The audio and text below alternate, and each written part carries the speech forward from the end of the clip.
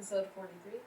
Hello, everybody, and welcome to another episode of Into the 99, where we have 99 cards come Commander number 1, and I am one of your hosts, Sherman. I'm Hope. I'm Daniel. And I'm Brian. And we're all finally back together. Yeah, finally, for anyone who doesn't know and hasn't been talking individually with us, we've been kind of just redesigning our recording space to sound a little bit better, so this is our first time actually in it together, so I'm really excited to see how it turns out. Let us know what you think of the sound later on at the end of the episode, and let's get into what we're talking about today. I was forgetting what you guys look like. Anyway. We come into the store.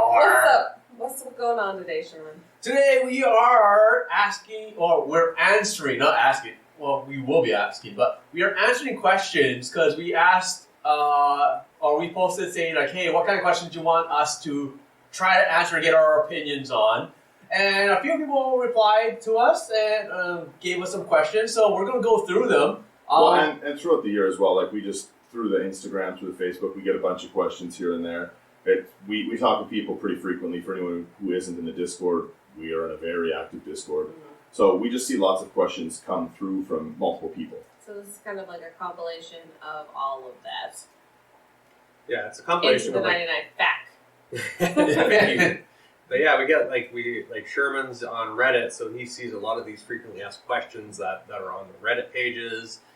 We actually engaged our community to see what they wanted us to ask, as well as just questions that we see in our Discord chat room. So it's going to be a very and then I think we each have a few questions that we want to ask each other to get our own opinions on. Yeah, exactly. So let's start it off with the first one. Sherman, you can let us know the first question here. All right, cool. So this one is from Adam the Gathering on our Instagram, okay? It's like, hey guys, long-time listener, first-time caller, happy face. I would love to know your thoughts on how legendary creatures have been affected as the more popular EDH has become. So, let's kind of just go around, I guess, the group and talk about it. I'll start. I think that they are overpowering a lot of them. The Brawl decks, I think, were the pinnacle of commanders that were too strong for what they were, because they were trying to force Brawl to be a thing. The Brawl decks, every one of those commanders is powerful. Chulane is great. Alila is very, very strong. The ability to get tokens when you cast non-creature spells is a theme of itself. Flying tokens that she buffs.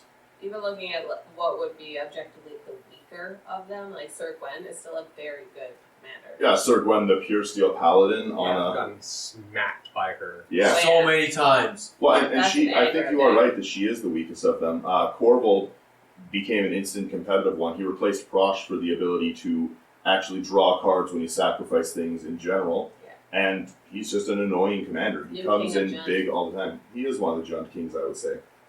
Well, the fact that, off the bat, with the Brawl decks, Corvold is seen in CEDH now. Yep. Okay. Chulane is used constantly because it's great. It's a great commander for beginners.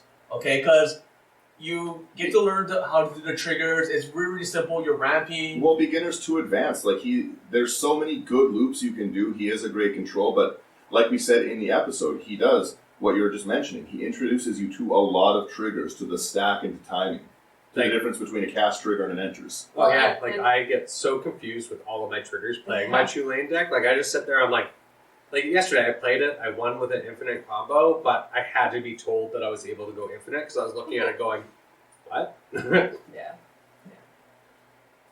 So with regards to legendary in general, I think that's a really good way to put it. So the power creep is definitely there, and especially if you look at quote unquote old legendary creatures, some of them are vanilla tutus. Yeah, that was way back in Legend. So.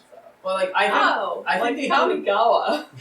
I think they did what they did the best was back in Dominaria. When you had uncommon legends. Yes. Their abilities were decent. They weren't super, super strong, but you could still work around it. Well, and they were a lot more affordable and also easy to crack if you're just buying packs. Very true. I did like the uncommon legend cycle a lot. I hope that they're obviously going to have to do it in Commander Legends. They can't come out. It's either 70 new legendary creatures or 200 legendary creatures. Either all way, of them are it's rares and way mythics. too many. You can't stuff 70 rare legendary creatures, rare and mythic, into a set that's just insane. Yeah. Right? So That'd be cool though if you open up a booster pack and there's like out of the like 15 minus land and token, it's like all of them are rare of legends. It's like Or yeah. could you imagine if they did like even lesser, like if they did common legendaries? well, that's what I was just gonna bring that up. Is I think it would be really interesting to see a common legend, and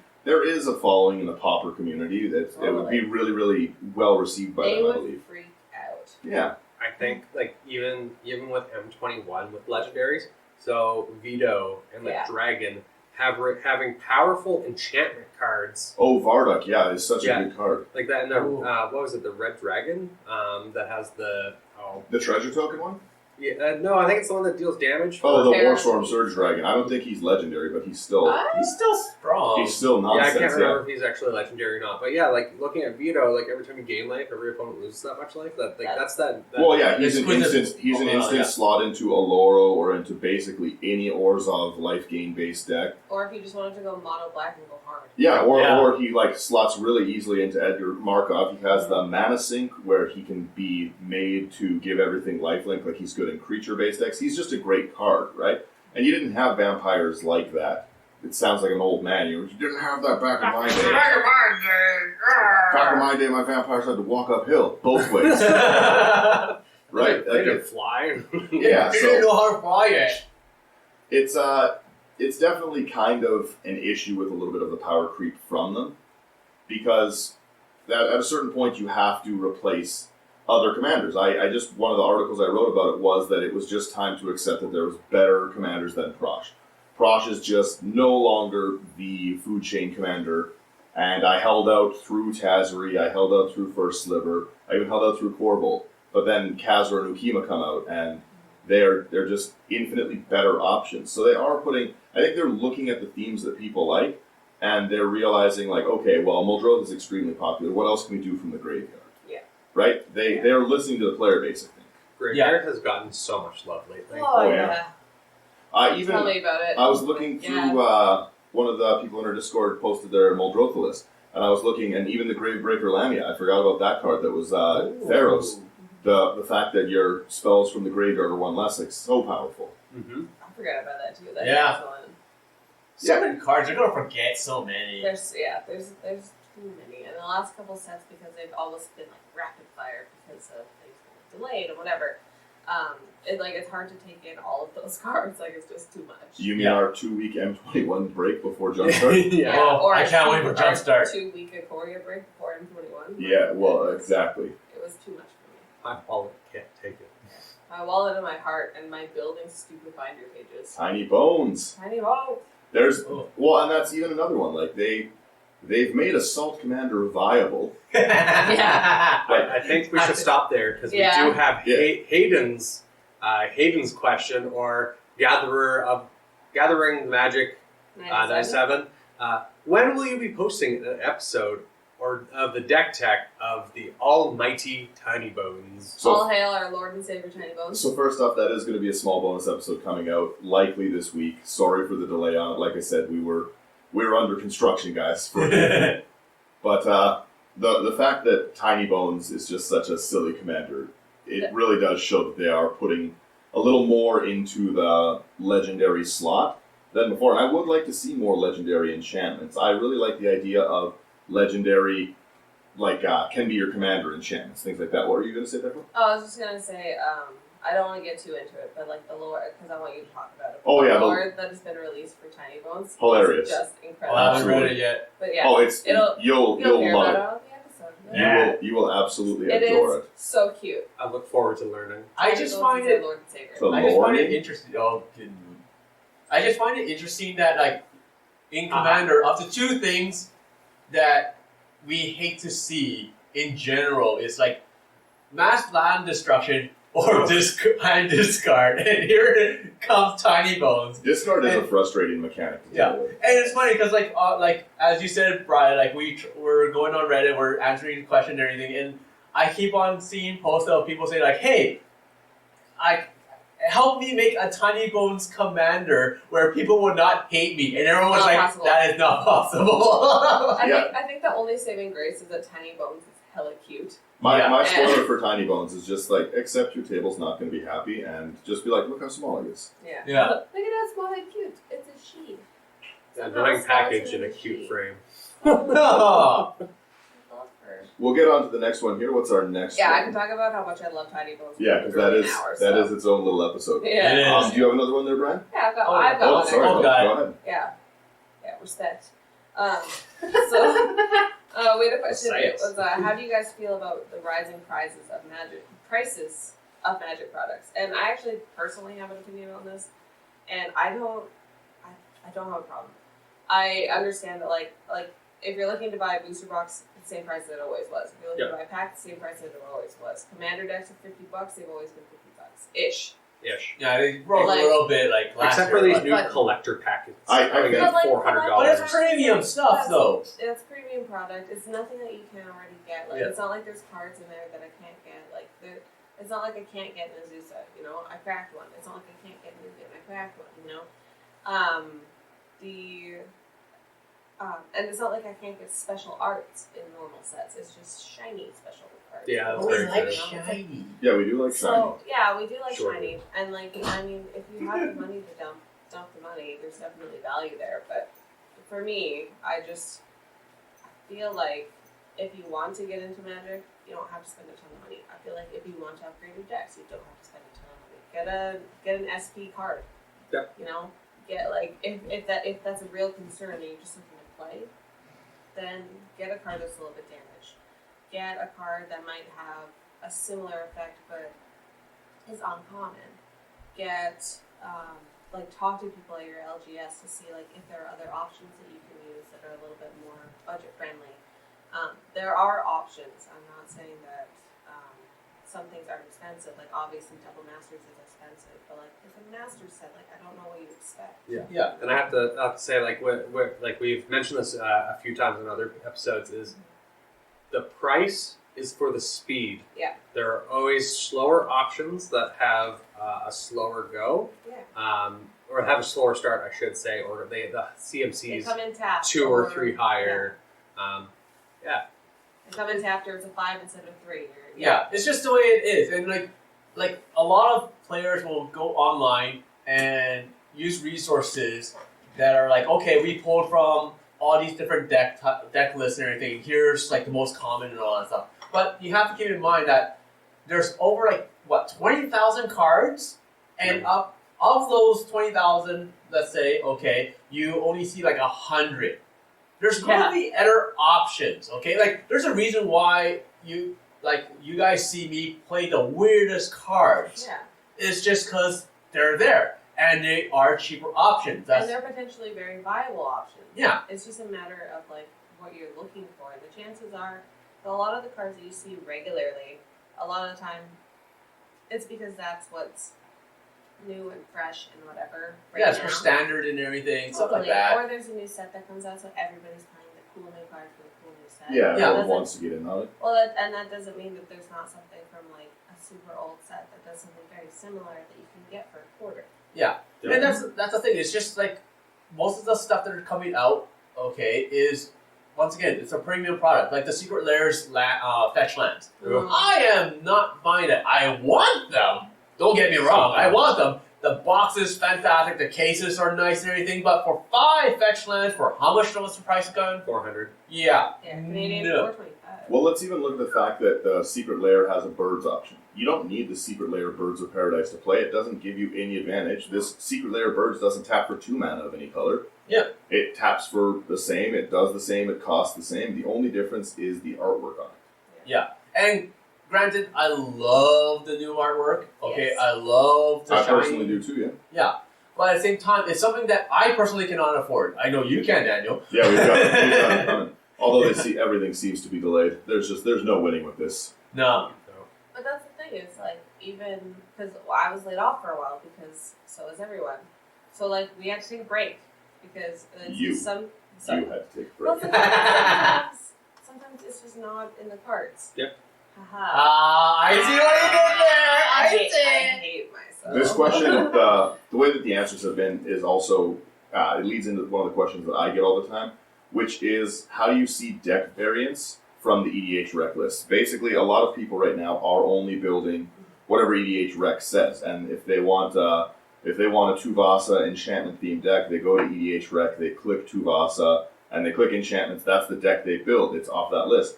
So a lot of it is what Sherman was just talking about. It's actually looking at the older cards and seeing different things. You don't have to build what's on it. That's just the EDH rec just collects the most common things they see on their deck list. And the more people use that resource, the more common those cards are going to be. Another good option is if you find a theme that you like and you have a bunch of these cards that you've seen on EDH rec and you really like that theme, take the keyword and dump it into the Gatherer. Yeah, that's very true. That's what I. If you like a constellation theme, then yeah. Yeah, search up all dragons or a tribe. Take those keywords and you can find all these other cards that you might not have necessarily been exposed to otherwise. Gatherer is one of the most powerful resources that I use a lot of Gatherer people don't know how to significantly use. more than EDH rec. Yeah, It's awesome. I use. Oh, sorry. Go I ahead. was gonna say EDH rec is an excellent place to start. We're not saying that there's anything wrong with it by any means. We all use it. It's awesome. It's a great resource, but I think it should be taken at face value. Use it as a resource, not as a Bible. Yeah, I use EDH rec a lot, especially with helping people, because going to Reddit, a lot of people ask for help with the deck text and everything. It's I can either go through Gather and go through do my searches and everything and go to 200 cards, or I can go EDH rec, look at the theme that they want, look at the themes that other people have, and try to come up with things that I know will help them and whatnot. It is just very, very helpful in that. But if for me personally, when it comes to everything, I've mentioned it many times. If you want to get better decks, you either spend money or you spend time. That is very true, because like I've said many times, your time and your build can beat your meta. Yeah. It doesn't need to be a money thing. It doesn't matter what people play, there's a budget way to beat them. Yeah, exactly. So when it comes down to it, that's why I come up with all these jank decks and everyone's like, oh, I've never seen these cards, I've never seen this kind of style. It's it's because I spend a lot of time. So there's a card I play all the time in Feather. Feather the Redeemed. And it's, exactly. But it's Martyrdom, and every time I cast that, I play it with something that gives my creature indestructible, redirect all the damage from me to the indestructible, and every time people are like, what does that card do? Can I see that card? I'm waiting for someone to just rip it in half, and then it's 18 cents, I'll buy another one. That's the white card that's white for casting costs. I think it's just white. Is it? It's one of the two. It's not very expensive. It might only just very be white. odd, though, that it's but white, not two and a white, or very weird. But it's redirect all damage to you that's been done for the turn retroactively, even if it's enough to have killed the creature. So you can just dump it into it. It's the most annoying card. Someone's gonna pull it out to rip it. There'll be two more behind it. I'm always packing Martyrdom. So just to give the shout outs, so the first one about the rising prices, that was one of our members in our Discord, Just Jack. And then the one regarding the EDH rec statistics and deck building, that's by Commander's Arsenal on Instagram. And my thing is, I do use EDH rec a lot. But so, as an example, Alila. I did look up Alila on EDH rec, and I skipped between the Artifact Tribal and the Enchantment Tribal. And so I try to build it around that, but then I don't say that I rarely look at the Gatherer, but I really should. Let's not get it twisted. EDH Rec is a very, very good tool, and if you don't want to invest that time, you will make a pretty good deck by looking at any of their deck lists. Heck yeah. That's fantastic for that. There's a reason the majority of people build a certain way, right? Yeah. If you just want to build something out of the box that people have never seen, and then that's when you do it. Or if you have a certain issue in your meta, a lot of graveyard hate, or a lot of people are blowing your enchantments up because you like to play enchantments. Ugh. You bought all the greater Oromancies in the city, and I can't find one for my deck. I wonder why.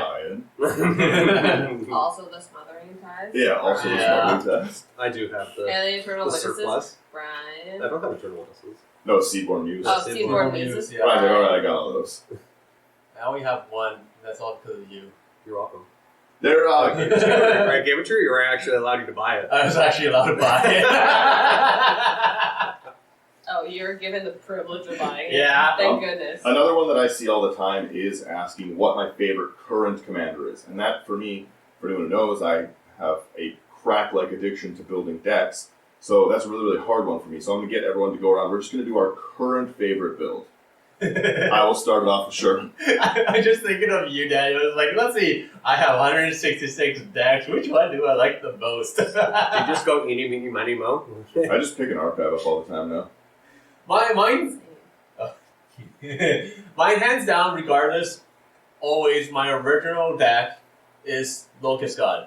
The Locust God is still my favorite. It's card draw. It's me. It's just got everything you like built right into the deck. Yeah. So, and like, I can ramp it up or I can lower it. Like, I've altered the deck so many times. You know, it got to the point where I kept on decreasing the power level to the point where I don't recognize the deck and I just remapped it. And, you know, it's back to the way I like it again. Well, Locust God is just overall a really versatile commander. Yeah, I'm glad they reprinted it. Oh, yeah, that was great. Oh, man, that was crazy. So, it was like, hey, commander players, I hear you like the Locust God. Here's Yeah. a Locust God in your commander deck. but it's a great card. There's lots of things that you can do. Like, I like doing the mill strategy with it because I'll have the Altar of the Brood in there and the Sage Road Denizen. On all the insects. Yes. What? Ugh. It's beautiful. Also, I live with the fact that mill is now like official. Terminology. Yeah, Mill being Yeah. official terms is a great addition to the game. Love it! I don't know where it started, but it's just kind of one of those words everyone says when they're talking about. Yeah. So, oh, it's just wonderful. Brian, your current favorite commander? Oh, it's so difficult to choose, like, because I've built, I think, 2 or 3 new decks during this whole plague scene. So I do have to say, like, my favorite animals are cats. So my new deck is probably most likely my favorite, which would be Trin and Sylvar, or Sylvar and his food. Yeah, Sylvar and his food is good. Yamix. Trin Yeah. Sylvar is just a really fun deck to play. I know where mill came from. Oh, where did they come from? Also, it's just like slang from millstone, and it just got taken Oh, up. yeah, I totally forgot about Millstone. Everybody, back in the old The wheel. antiquities. The ancient magic. But yeah, it just got picked up from the olden days of Magic Together. Back when Sherman was in his prime. Yeah, back when Sherman was a young man. Yeah, when Sherman turned 35 mil. Sherman is immortal. I may look young, but I am old. He never ages. No. He's beautiful. No, until I hit 60, And then it's covered in bam. skin. Oh my god. And it's just right downhill. Glad you Yeah. said it. I know you guys are all thinking it. I might as well just I don't say know it. what we're talking about. Hope, your favorite current commander. You know, I actually had to think about that because as soon as you said what's your favorite, I was like, I've never played this game in my life. Completely went blank. We just forgot What are that you had commanders? that. Magic, what? Magic the who? Tracks who? That, well, ironically that you say that, but as soon as I thought about it, I was like, oh, Dodoing. It's a track set. I love a track set. I love Are we friends? I love it. Hey, I don't play it obnoxiously. That's true. I play one-on counters of track set, and my turns take 20 minutes, but I don't play Super Friends, I don't play Impact, I don't play anything that's kind of annoying, I just play like... You don't play anything that's annoying. You spend 18 minutes putting dice on things every turn. I said turns were long, but I just like it. Like, I think it's a cool commander. I like that I can just come through everybody with what I have on the board, or I can hit with commander damage, or whatever. It's a really versatile commander that you can do so many themes Lots of with. different options. So even if you wanted to switch it up, you could be like, you know what, I'm going to actually do it with this. Yeah. You know what you should do? Make an attractive deck where you have a bunch of suspend cards and just proliferate to suspend and call it, it's coming! Just you wait. Just you wait, it's coming though! It's coming. Yeah. You just gave me flashback to a game last night where someone suspended an obliterate. That's the I thought I had 2 turns to get out my Avacyn, so I had everything indestructible. But nope, Did I they did remove not it? know there was a card that removed counters. Yeah. So the obliterate came out 3 turns or 2 turns early. Connor plays the suspend Joyra. That was And it. that's what they were playing? Yeah. Yeah, it's pretty shocking how fast some of those counters can come off. It's nasty. So it followed obliterate, Ulamog. Oh. Matt moved to scoop. Wow. Obliterate, Ulamog. I float 2 whites, swords to plowshare, path to exile. Yeah. I mean, We're all in this together. we're all in this. Don't come for me, Disney. Yeah, don't get this copyright stricken with your accurate singing. For me, that's like one of the hardest questions. I don't really have like favorite themes, but choosing a favorite one, it's probably right now Halden and Paco because it's very, very fun to yell Paco fetch when I'm hitting people in the face. But short of that, it's either that or Windgrace, and my Windgrace deck should just be called Daniel's trying to make 5 Field of the Deads. Like that's the whole deck. But yeah, I don't know. I build too many decks to pick a favorite. Every time anyone asks, it's usually whatever my current build is. I just finished building my Riel, and that deck is extremely fun. I have 2 other builds, but I can't tell you guys what they are yet because they're what our next episodes are going to be. So we'll get into that later. Sherman, another question. Yeah, totally. Okay, this was from Lillian of the Vale. Cute. So, what do you recommend to make 3-player games more even? So, because let's face it, sometimes we don't have You that have a many. 2-on-1. Yeah. Well, a 3-person game quickly shifts to a 2v1. Oh yeah. Oh, Like, it I feel always like going to that happen. could be said about a 4-player game though. Well, 3v1 and then a 2v1. But and you then have a an 1v1. extra person to try to make deals with. yeah, and when you politic, it's more difficult because every time you politic, it pretty much becomes a 2v1. It's just a lot of flip flopping. Yeah.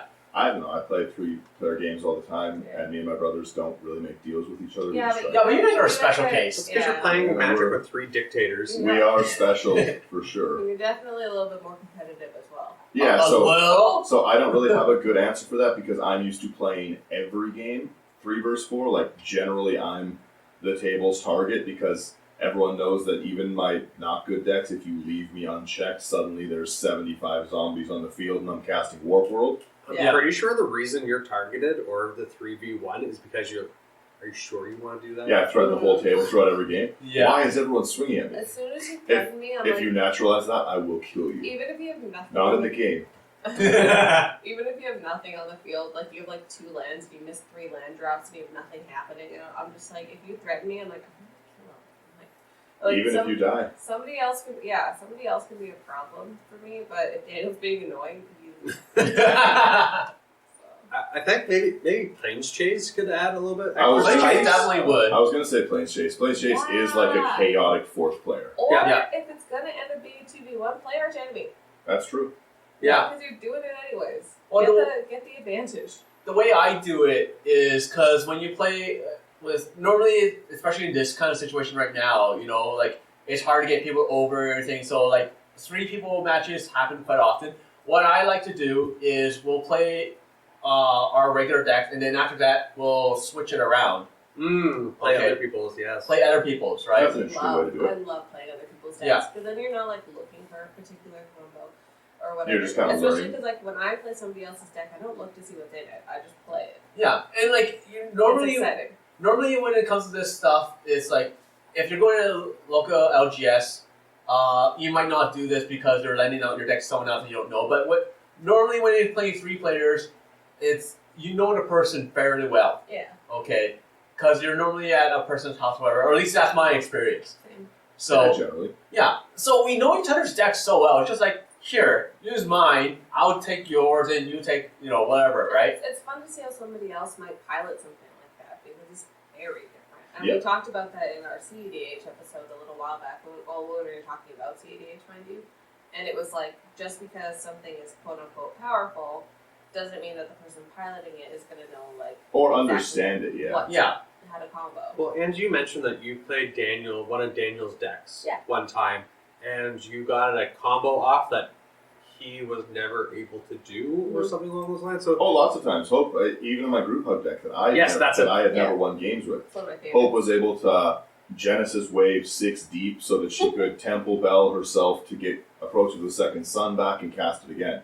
And I was wondering, I was like, why would you only Gen wave for 9 mana? It doesn't make sense. Like, go deep. You have so much untapped mana. But that's it worked. why. Yep. So I guess I have a question. How do you play? How do you guys make a 1-player game? Because no one wants to play with me. Well, first off, You get a lot of tissues. Yeah. For crying. Definitely for crying. Wink. Oink. Oh. Brian gets it. Yeah. Oh, go on with that. So we have another question from another Instagram user, Lee Hunt W. Power creep, definitely a thing. How should Wizards of the Coast handle it? Print suboptimal cards or just reprints? Oh, I got so much to say about this, but I'll let you guys go first. This could probably be a full episode all on its own. So we already see them coming out with reprints. What, they've printed Mana Vault twice in the last... Well, Mana Crypt twice. Sorry, Mana Crypt twice in the last 4 weeks. Well, because honestly, they need to. There is just too high of a demand for competitive cards. The issue with Magic in general is that we're all at heart kind of competitive players. EDH is supposed to be the way we come together and play it, but most people don't start in EDH. They come from, I played Standard, I played Modern, I played Vintage. They come from another walk of the Magic life, to say.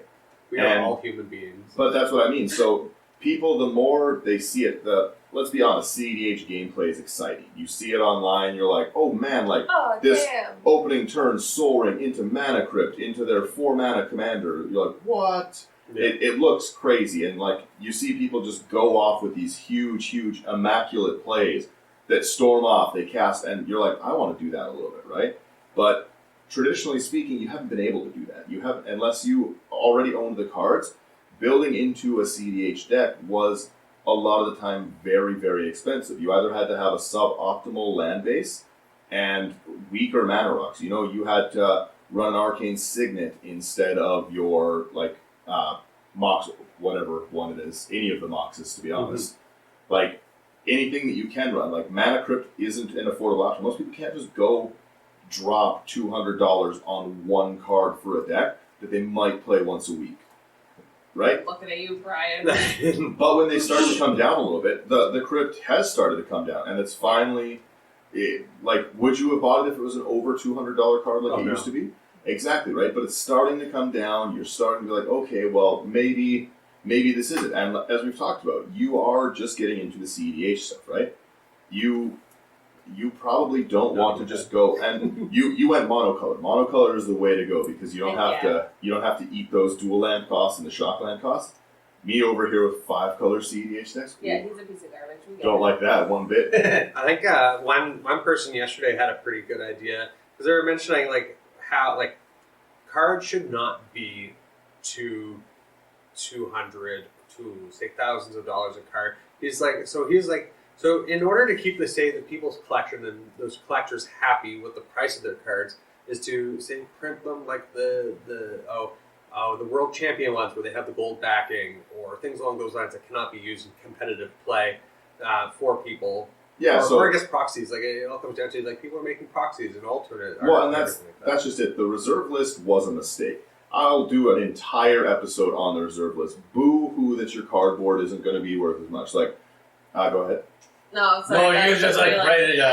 You recognize it. You're just snapping. Say it louder for the people. I honestly do believe the reserve list is a mistake, and I own a lot of reserve list cards. I would lose significant amounts of money if they reprinted it, and I would be the first one to celebrate that I could crack these dual lands again. I'd be the first one happy that more people could put Sliver Queen into a Sliver Queen deck. Yeah. There's just so many cards. And some of them don't even make sense to be on the reserve list. Some are just junk cards. Yeah, it's true, because yesterday, when I was just I'm like, okay, Hope, I need to buy all these different cards. And I'm listening to them all, and one of them, I'm like... Mountain Goat. Yeah, Mountain Goat. So... It's a 1/1 for 1 red with Mountain Walk. Yeah, because I need it for a jank deck. It's kind of garbage. It's from Stronghold or something. Yeah. It's nothing. It's a nothing card, but it's on on the the reserve list. Let's be honest. Lightning Bolt has been reprinted a lot. Yeah. There's Alpha Lightning Bolts. Yeah. They exist. They're not $2 cards. No. They sure aren't, right? The originals are always going to be... And that's just it, right? There's going to always be that, but it's still a collector's item. It's antiques. The thing is, this is a playing card game. I understand that it's called a trading card game, but that's not what it's for. It was not meant for, and don't feel disrespected, anyone who hears me say this, it's not for full-grown adults to invest in. This should not be your stock market. Like, let's be honest about it and stuff. Like, it's true. at the end of the day, like, unless you are a store owner, store owners might be affected very badly by like a reprint of the reserve list. But like at the same time, more people would play. You would have the ability to get people in, because right now, like, having a vintage game is just impossible. You know what I mean? Like, you have to find like me, Moneybags, Magoo. Like, there's, I think, only 4 vintage players in the whole city, and one of them is like the owner of one of the biggest game stores. Like, there's not many people, not only who could afford it, but would afford it. Like, you either played since the start of Magic like me and have old cards that you somehow didn't break and ruin, or you just have to invest thousands and thousands of dollars for nothing. That's the whole problem with like the EDH thing, is it's very fun to play, but why would you go buy a set of dual lands? I honestly, it feels bad to say, but proxy them, like, until they're affordable. Like, we're not playing tournaments. You can't. There's no prizing. Nothing to win. I don't see why they wouldn't reprint the duels. They're just lands. Because that's the thing. They're just like, oh, well, it's going to be, it'll bring the value down too much. It'll be old. That's why the reserve list was created, right? Because when they released Chronicles, which was supposed to bring back like all these like different cards from all the different sets and everything, everyone whined that their card price went down. Yeah, and that's how they created reserve list. They're like, hey, well, tables are still more. Basically, people were just complaining, and so Wizards was like, okay, we won't do that anymore. But little did they know, 20 years later. Well, you know, maybe we should be a squeaky wheel and get the reserve list removed. The problem is that they straight out just didn't anticipate Magic to. There's no way that when they made it, they anticipated it would grow the way that it has. They couldn't have thought of it this way. They probably never, not even never. There's no way they thought, oh, we're gonna have like an online interactive game, and we're gonna be holding like stadium-sized festivals where people are gonna travel across the world to come play. Yeah. So you know, it was just like people playing a game. They probably, when they designed their first set, they probably didn't think like, hey, people are gonna have like talk shows about this stuff. People are gonna be doing whole spoiler seasons. People are gonna devote. Well, so I was going to say, like, the amount of time people devote to Magic, there's no way that they could have foreseen it. And I understand the reserve list. I get it. For everyone who's going to lose money if they ever, like, abolish it. Like, again, it's unfortunate, but, like, I want to play the game better. I would rather more people can play the game than less people. And I know that that's unfortunate. Like, maybe Wizards can do something. If you can prove that you own some of the old cards, they can give you some product, or if they just did something where it was like Savannah 2, or like whatever, you know, like, so it's not quite Savannah 2.0. Well, like, you know, that's the thing with the tap lands, right? They just try to power it down or anything. So I can totally understand. Well, and that's why Shocklands, the whole policy is that they can't print anything that's functionally as good. So, like, by their own rule, they could print Sliver King, and then could have 3 mana to make a Sliver instead of 2 mana, because it's not functionally as good as Sliver Queen. But just like, what a stupid rule, just reprint Sliver Queen. I have to say, I want to gripe about the topics of the dual lands. Those tapped Scrylands should not be rare. So here's the problem. The temples grinds my gears. But here's the problem. The temples are really, really good for a different format. Yeah. When you are playing, like, you know, when you're playing like arena or like standard, they're really, really useful. where you can see things, because you're not having explosive turn ones on those things. Yeah, I guess so. So you're trying to, when you're trying to get to one of your cards to combo off to win, then losing a turn to scry and see if you're going to draw it, like, not a big deal. Not everything is for us. Yeah. I know. And I just look at it going, like, most of it was. The new cultivates, how the fancy art is a rare, and the non-fancy one is still an uncommon. Mm-hmm. I feel that they should have done that. The fancy art rare, the not so fancy. I don't know. I think as a promo, I could see that. The Scryland would have been, and again, I'm someone who got a foil Temple of Silence as their scry. No, as my foil pre-release. Yeah. I don't feel that bad now. Some people got foil Ugins. Here I am with a Some people got foil animal sanctuaries. Not all that is what I'll say. Pack. If I got a foil animal sanctuary as my pre-release pack, that would probably be the last pre-release pack I bought ever. Yeah. Light it on fire. That card was trash. Whoever designed I have a it. cat No, you're wrong. It's trash. I have a cat tag. Trash. I do want to go back to the question though, just because we kind of went off tangent here talking about reserve lists. Yeah, but like, yes. Don't you dare go on to the next question. No, I went back to see what the question was. Oh, it's about a power creep and everything. Okay. Yes. But like the way Wizards is doing everything, like it's in my opinion, it's basically too little, too late. Power creep is gonna continue. Well, There's not much it can do. Well, let me quickly jump in on that. Sorry, like it's their whole thing with power creep is they're like, fine, we can't reprint the old strong stuff. Welcome to new stronger stuff. Yeah. So, and that's the thing. Like in certain formats, it's fine. That's why they created Pioneer, right? Because like when they first created Modern, it was only like up to a certain amount of sets. And now it's gotten to the point where it's almost like a Legacy. Oh, that's why they huge. they had to created a new Yeah, one. Modern is a very big. Not anymore. It's huge, right? But no, not anymore. But that's I thought Modern was only like the last like 8 sets or something. Oh no, no. Modern's huge. Pioneers. It's from 8th edition up. Okay, because I thought it was like Scourge or like around that area up until now. But I haven't played Modern. For ages, Years we now. used to, but not anymore. But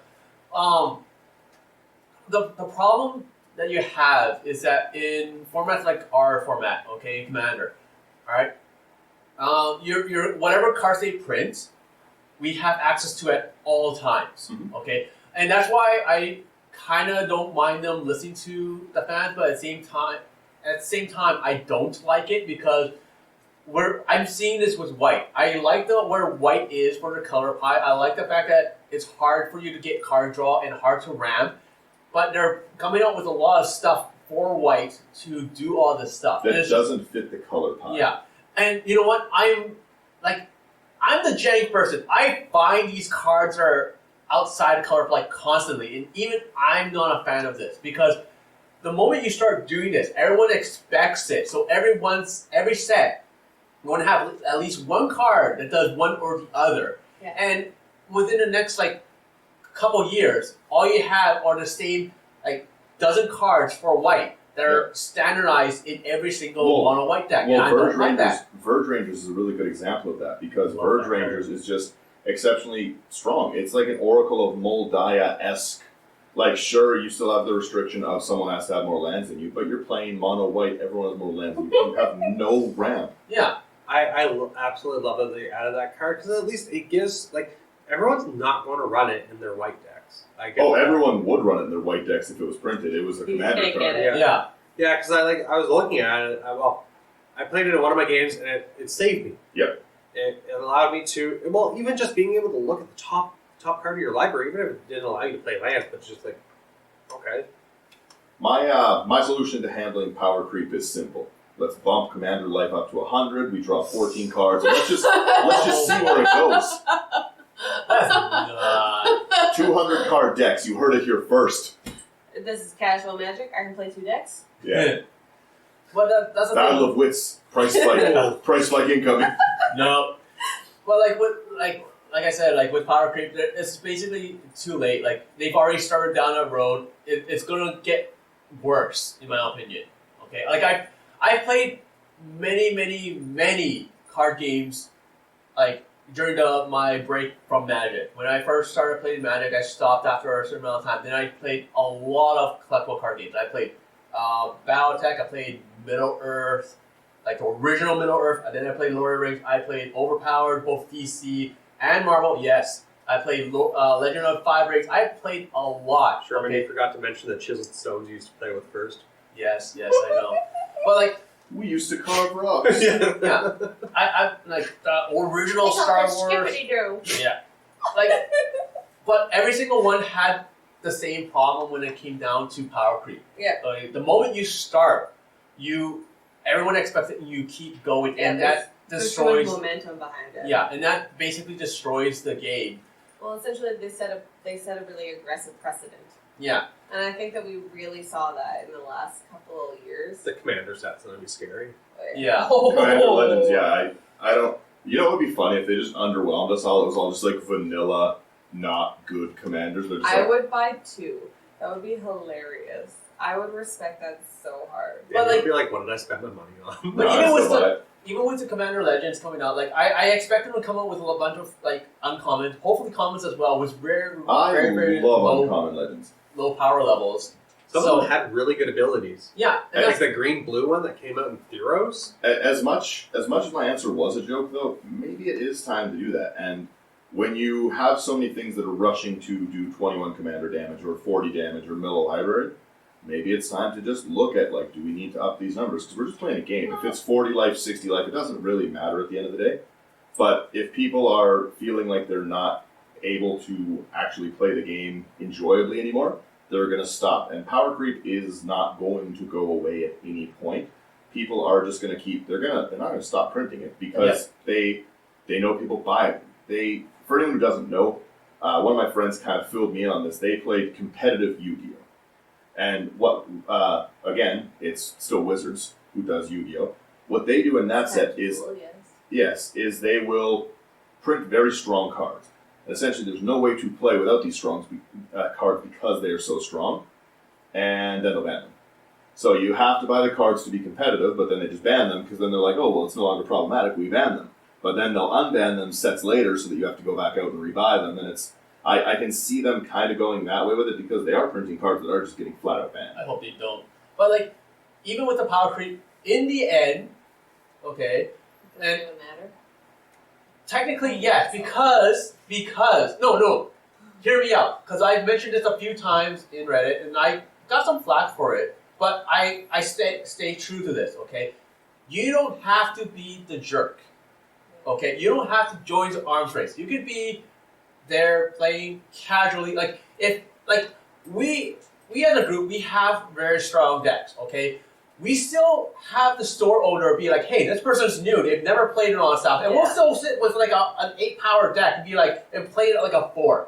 Yeah. It is still down to the person that's playing the cards, where they want to put that card in their deck or not, where they want to play it or not. True. Okay. There's a lot to do with the pilot. Well, Yeah. and how you play it as well. Exactly. It makes a big difference. You don't have, like, even with the auto power creep, okay, you don't have to join the arms race. That's the reason why I got into Jank. It's because I refused to join the arms race. So I started making Jank decks to lower the arms race because I wanted to show everyone it's not about competing in that way. It's about getting together, having fun, joking around with everyone.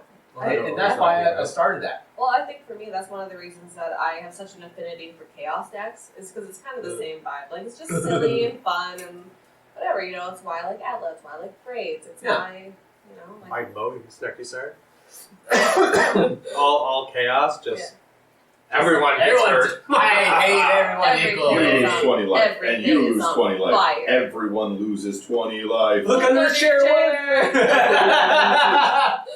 So, I think we chatted about this topic for a little bit. Oh, so, yeah. on to the next one. This is by R. Dilgart.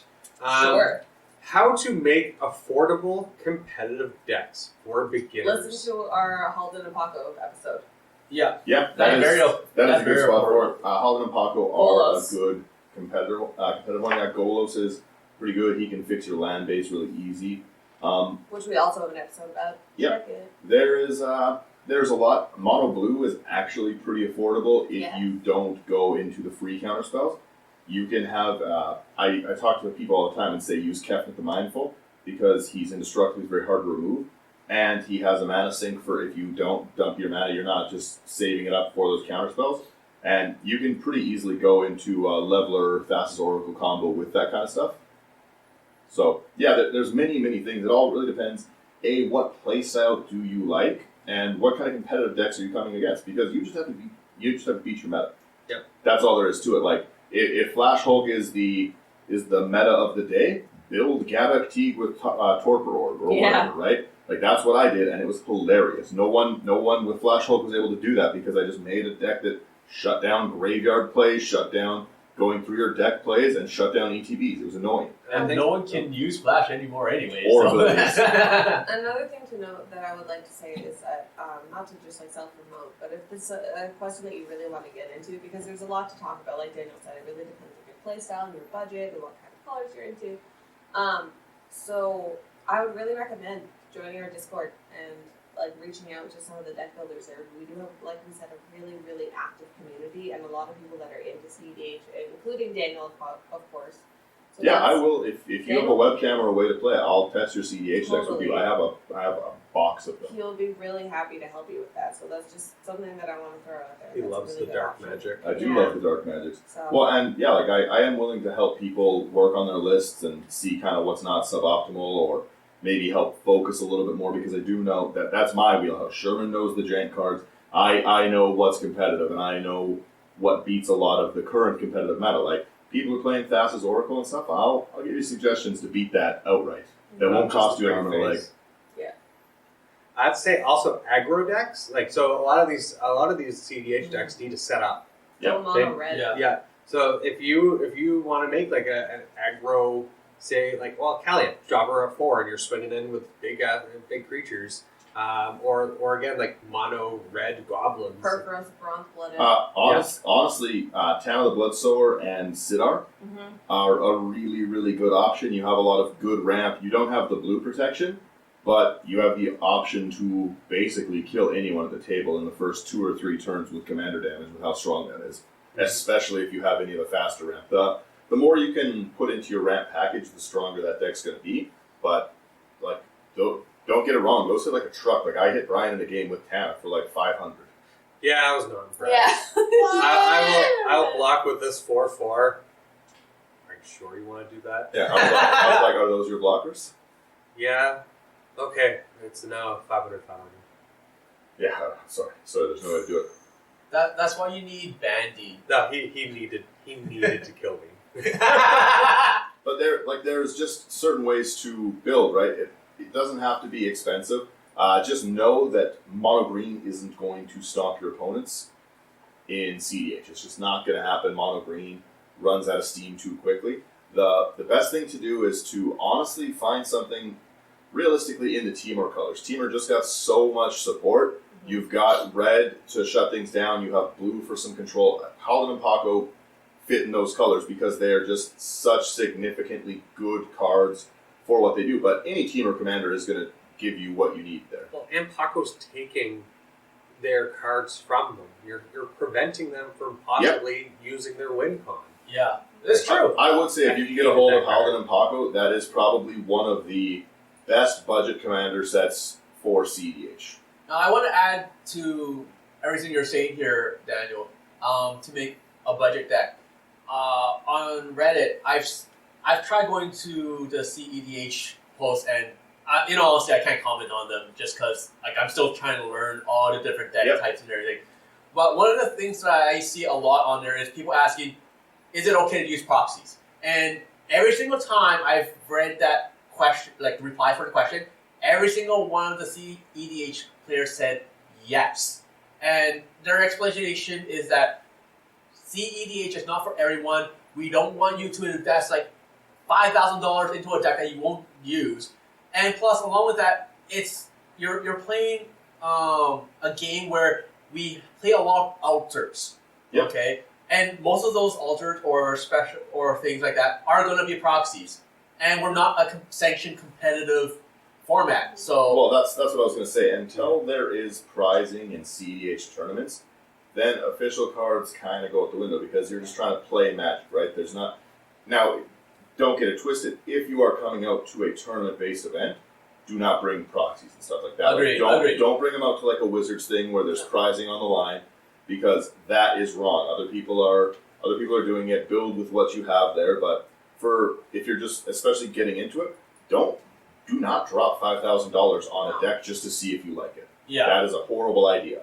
Build the collection up, replace what's expensive when you can afford it, if you like it. Because again, there's many decks I've seen people play that they just are like, ooh, I don't really like this. They'll take it apart after 4 or 5 games. That's not the price point to do that. No. And the other thing is, like, what are you going to do? Are you going to not go and support your LGS by spending $300 on a deck because you can't afford the $600 extra of lands to play the deck? So then what? Nobody wins. The store gets no money because you're not going to come out and play. Like, of course, play the game. Go out, buy cards, obviously, but like, don't restrict yourself budget wise when you're playing CDH. Like, unless again there is prizing. You're at a local game store that's doing a night like that. Then play like that. But a lot of us right now, we're all playing online. Like, just play whatever. Like, I don't care. Right on an island, which you have to do. Yeah.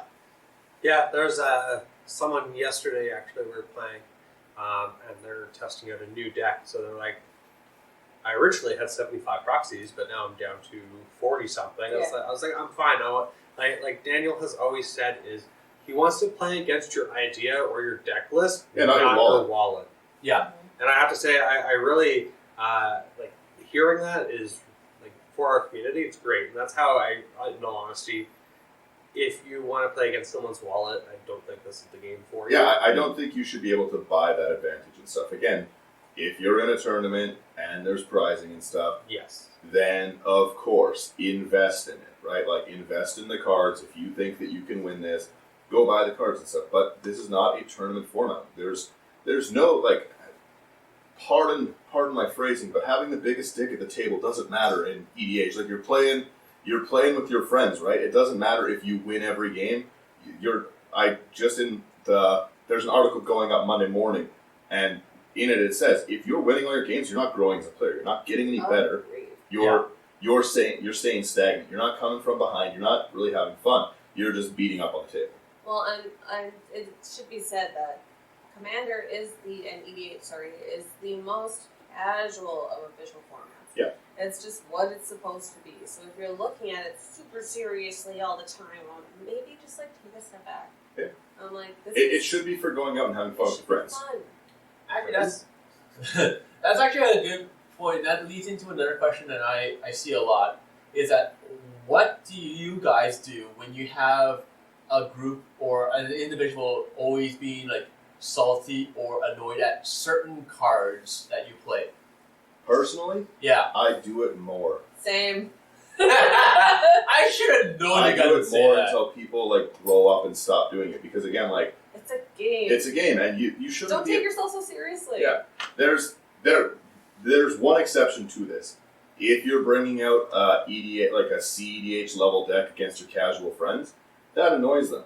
And for everyone who deals with that, do what I do. Say, congratulations, you won. We're going to keep playing the game. And I guarantee they're going to stop playing their 2-turn win deck when they're the ones who have to sit out. When you don't pick up and scoop and everyone else keeps playing the game and you give them the pat on the back like, good job. Congratulations, you guys won. Yeah. I prestiged level 1. Yeah, my little brother, I've actually done that so much that now he just calls it prestiging.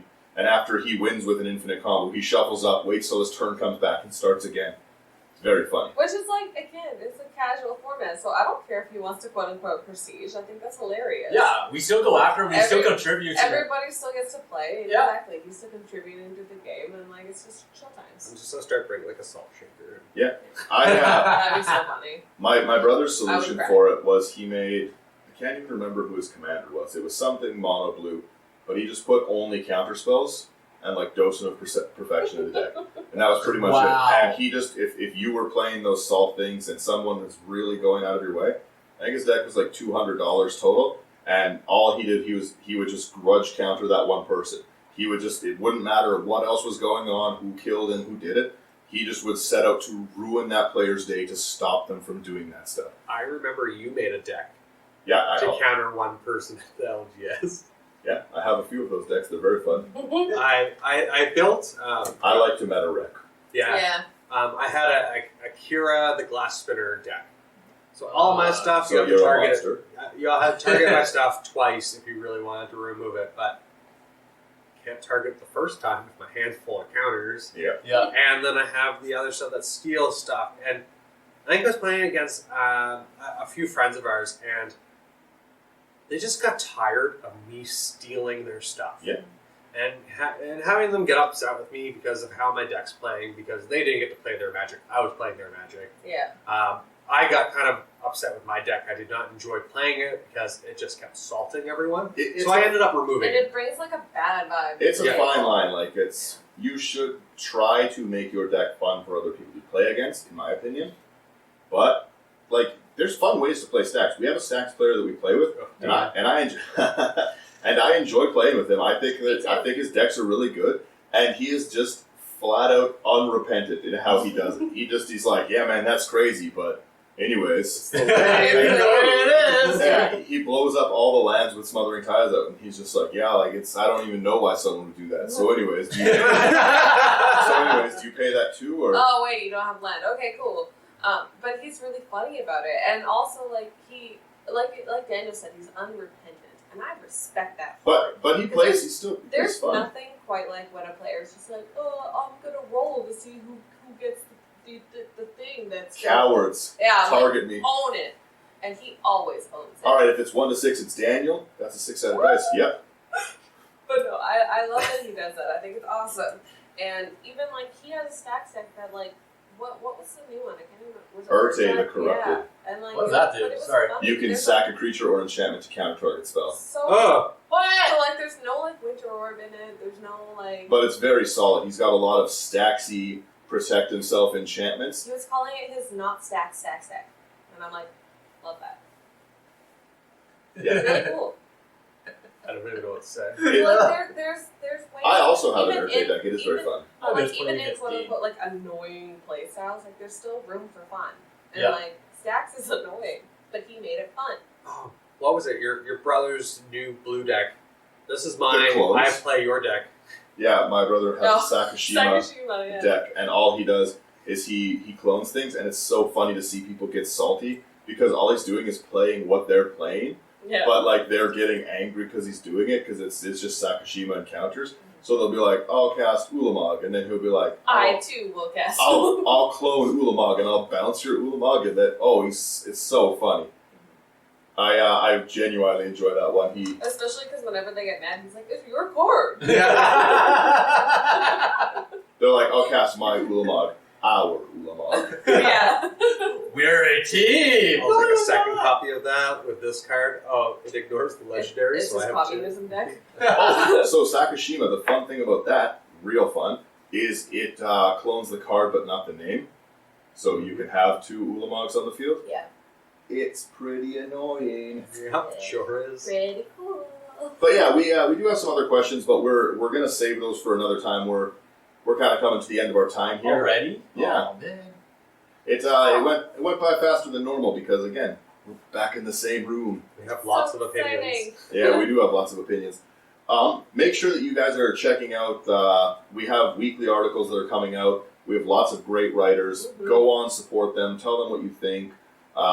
Interact with us on the Instagram, Facebook. Be a Twitter, part of the Discord. Discord. Yeah. Yeah, and that's the thing. It's like we do have a lot of really amazing partners, and we're really, really lucky in that. And I think that checking out those articles is definitely something for everyone, and it's really cool to see different opinions from outside your country or your meta. Yeah. It's really cool. And if you have someone who's never heard of power levels, you can always point it back to our how to tier your deck or how to power grade your deck. I honestly am seeing that get more traction, and I like seeing people use that list because I do like the way that we decided to power scale it because not everything can be a 10, right? So if you are wondering where your decks sit, definitely check that article out. We'll get another link up to it so that people can go see it and check that episode out as well. It's very interesting. There are Awesome. links to our Discord on all our social media platforms. So that's Twitch, Instagram, and Facebook. As well as you could probably most likely find that image on our our website, into99.com. Heck yeah. I totally forgot to mention our website on the stream yesterday, but we do have a announcement. We are collaborating, or well, I shouldn't say we, but there's 4 content creators, and we are one of four them. groups, podcasts, video creators kind of thing. Yeah, and And we're 2 of them are our partners. Yeah. And we're doing something that we were calling the megabowl. So we streamed this yesterday, and basically what happens is each content creator we added 25 commanders to a list, and then we randomized 3 commanders for each of us, and now we have to poll everyone and see which commanders you want to see us build. So we polled it, and the commanders that we got. Actually, we should mention who we're doing this. Yeah. with So first. who's part of the Mega Bowl? So we have the Elder Dragon Skype Lander. Yeah, Woo. it was Casual Jake, Our fave. our fave. We love him. I love him. Get a room, you two. Oh my god. Then we have Brennan from the Canada Geeks. He has his own Discord room and everything along those lines. Great guy. He writes some of our articles. Yeah, another one of our partners we work with. And then I can't remember who's doing Cardboard Command. Yeah, but I can't remember who's doing it. Oh, from the Cardboard Command. Yeah. One of their members, yeah. Yeah, I'm sorry, buddy. I'm sorry. It's a big project. It's a big project. We have a lot of people that are on this and everything, but so the commanders that I got, I know we're running late on time. It's so That's fine. Right. But the commanders that we got here, and I'm playing, and it's supposed to be a budget of up to $100 US, not including lands. Okay, so it is a budget. Not I got including lands. Do a land build. Do Yeah. a land build. for $100. He has to give those away. Yeah, it doesn't give away I at the end said too. what I said. Okay, so the first one I got. Grow up, Sherman. Someone's gonna be very lucky to get that. But yeah, That's all right. carry on. Okay. So you guys building $100 US budget. Yeah, not What are the including lands. commander options One- that we have? One of the commander options we have is Omnath, Locust of the Royal. I'll Not know the the river. yes, correct. Yeah. The second one Get out is of my Sidri, Galvanic Genius. Oh, yeah. Archives. Okay, artifacts and whatnot. That's So right up his alley. the third one, which I'm really excited for, everyone's just groaned and just like, no, please don't let him win. I'm here for it. It's Thantis the War Weaver. That is a cool card for Yeah. sure. That was I like one of that the commander options from the Lord Windgrace deck. Everyone Yes. must attack. Yeah. We love. So, but like we're going to ask everyone which one that we should build. Yeah, poll's going to go up. Everyone vote on what you want to see. It's Sherman who's building on ours. So what do you want to see Sherman build and Sherman play? Like, do you want to see a Thantis? Do you want to see aggro Sherman? Do we want to see artifact Sherman? Or Sherman in a river? Yeah. Sherman's finally bathing. Smell it. Wow. Take it. The quarantine smell. I have the hair. Right now I gotta get it. I should have just shaved my head. But yeah, so we'll be getting a poll going here most likely on Monday, and I think it's going to be running for a week, right? Yeah. Very So- exciting. So yeah, keep your eyes out for that, guys, and I think we'll see you next week. Yep. Catch you later. See ya.